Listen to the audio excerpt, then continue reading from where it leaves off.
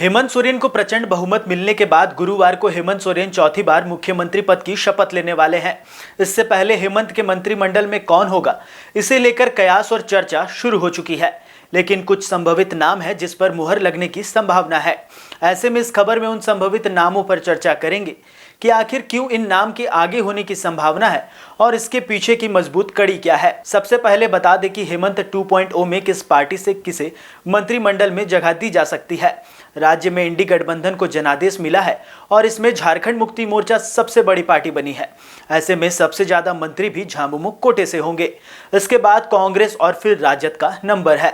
इस बार लेफ्ट पर भी सबकी नजर टिकी हुई है कि क्या पहली बार लेफ्ट सरकार में शामिल होगी या अपनी परंपरा को आगे बढ़ाने का काम करेगी। इस बार 5 विधायकों पर एक मंत्री का फॉर्मूला तय किया गया है। ऐसे में झामुमो से मुख्यमंत्री के साथ 6 मंत्री हो सकते हैं। इसके बाद कांग्रेस से 3 या 4 मंत्रिमंडल में जगह दी जा सकती है। राजद से 1 को मंत्री बनाया जा सकता है। झारखंड मुक्ति मोर्चा से संभावित नाम की बात करें तो सबसे पहले मधुपुर विधानसभा सीट से विधायक हफीजुल हसन की चर्चा है। हफीजुल हसन तत्कालीन सरकार में मंत्री थे, फिर से झामुमो हसन को जगह दे सकती है।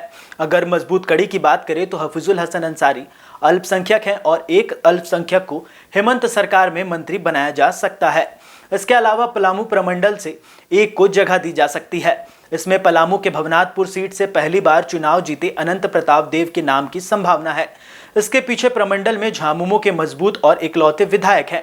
पिछले सरकार में गढ़वा से चुनाव जीते मिथिलेश ठाकुर को मंत्रिमंडल में शामिल किया गया था, लेकिन इस बार वह चुनाव हार गए। ऐसे में अनंत देव की किस्मत खुल सकती है। इसके अलावा कोल्हान से बात करें तो कोल्हान से दीपक बिरुवा और रामदास सोरेन को दोबारा से रिपीट किया जा सकता है। रामदास सोरेन अनुभवी हैं और दिग्गज नेता हैं। चंपई सोरेन के साथ छोड़ने के बाद हेमंत सोरेन के सबसे भरोसेमंद साथी रामदास ही निकले थे। इन्हें मंत्रिमंडल में शामिल किया गया था। अब फिर से रामदास सोरेन को मौका दिया जा सकता है। साथ ही दीपक बिरुवा को भी जगह दी जा सकती है। इसके अलावा एक महिला को मंत्रिमंडल में शामिल किया जा सकता है। इसमें जामा विधानसभा सीट से डॉक्टर लुइस मरांडी के नाम की चर्चा चल रही है। लुइस के पास मंत्री का अनुभव भी है। इसके अलावा ईचागढ़ सीट से विधायक सविता महतो पर भी मंथन किया जा रहा है। दोनों में से किसी एक पर अंतिम मुहर लग सकती है। कांग्रेस कोटे पर नजर डाले तो कांग्रेस पलामू प्रमंडल में एक विधायक को मंत्रिमंडल में शामिल किया जा सकता है। इसमें मनिका से रामचंद्र सिंह की चर्चा है। रामचंद्र सिंह की बात करें तो ये अनुसूचित जाति से ताल्लुक रखते हैं, साथ ही सीनियर विधायकों में शामिल है। पिछले कार्यकाल के दौरान रामचंद्र को विधानसभा से उत्कृष्ट विधायक चुने गए थे। साथ ही संगठन में इनकी भूमिका बड़ी है, काफी सक्रिय रहते हैं, सभी को साथ लेकर चलने का काम करते हैं, जिसका नतीजा है कि विधानसभा चुनाव में फिर से चुनाव जीतकर विधानसभा पहुंचे हैं। इसके अलावा अपर जाति से अनूप सिंह या फिर दीपिका पांडे सिंह को जगह देने की चर्चा है। अनूप सिंह लगातार दूसरी बार विधानसभा पहुंचे हैं। इसके साथ ही संगठन में काफी सक्रिय रहते हैं। इसके अलावा दीपिका पांडे सिंह है। दीपिका भी दूसरी बार विधानसभा पहुंची है। इनके काम को देखें तो संगठन में यूथ कांग्रेस के समय से खूब सक्रिय भूमिका में रहती हैं। इसी का परिणाम है कि पिछले चुनाव में जीतकर विधायक बनी और फिर मंत्री बनाई गई। अब दोबारा से इनके रिपीट होने की संभावना है। ऐसे में दोनों विधायकों में से किसे मौका दिया जाता है, यह कांग्रेस के केंद्रीय नेतृत्व अंतिम फैसला लेगी। इस बार ओबीसी जाति से आने वाले रामगढ़ विधानसभा से ममता देवी के नाम की भी चर्चा है।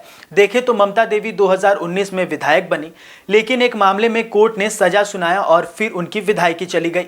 उपचुनाव हुआ और उपचुनाव में कांग्रेस यह सीट गंवा दी, जिसके बाद दोबारा 2024 के चुनाव में ममता देवी चुनाव लड़ी तो जनता ने ममता को जिताकर विधानसभा भेजने का काम किया है। अब इन्हें बड़ी जिम्मेदारी दी जा सकती है। इसके अलावा अनुसूचित जाति से आने वाले रमेश्वर उरांव और शिल्पी नेहा तिर्की के नाम की चर्चा है। कांग्रेस आला कमान इन नामों में से किसी एक पर मुहर लगा सकती है। अगर रमेश्वर उरांव को उम्र के कारण ड्रॉप किया जाता है तो शिल्पी को मंत्रिमंडल में शामिल किया जा सकता है। हालांकि सभी नाम संभवित हैं। यह 2 दिन में साफ होगा कि किसके नाम पर मुहर लगती है। झारखंड में नई सरकार का गठन होने वाला है। पूरे तामझाम के साथ 28 नवंबर को ऐतिहासिक मोरहाबादी मैदान में शपथ ग्रहण का समारोह होगा। ऐसे में चर्चा है कि अब झारखंड में कौन कौन हेमंत मंत्रिमंडल में शामिल होने वाले हैं, किसे जिम्मेदारी मिलने वाली है।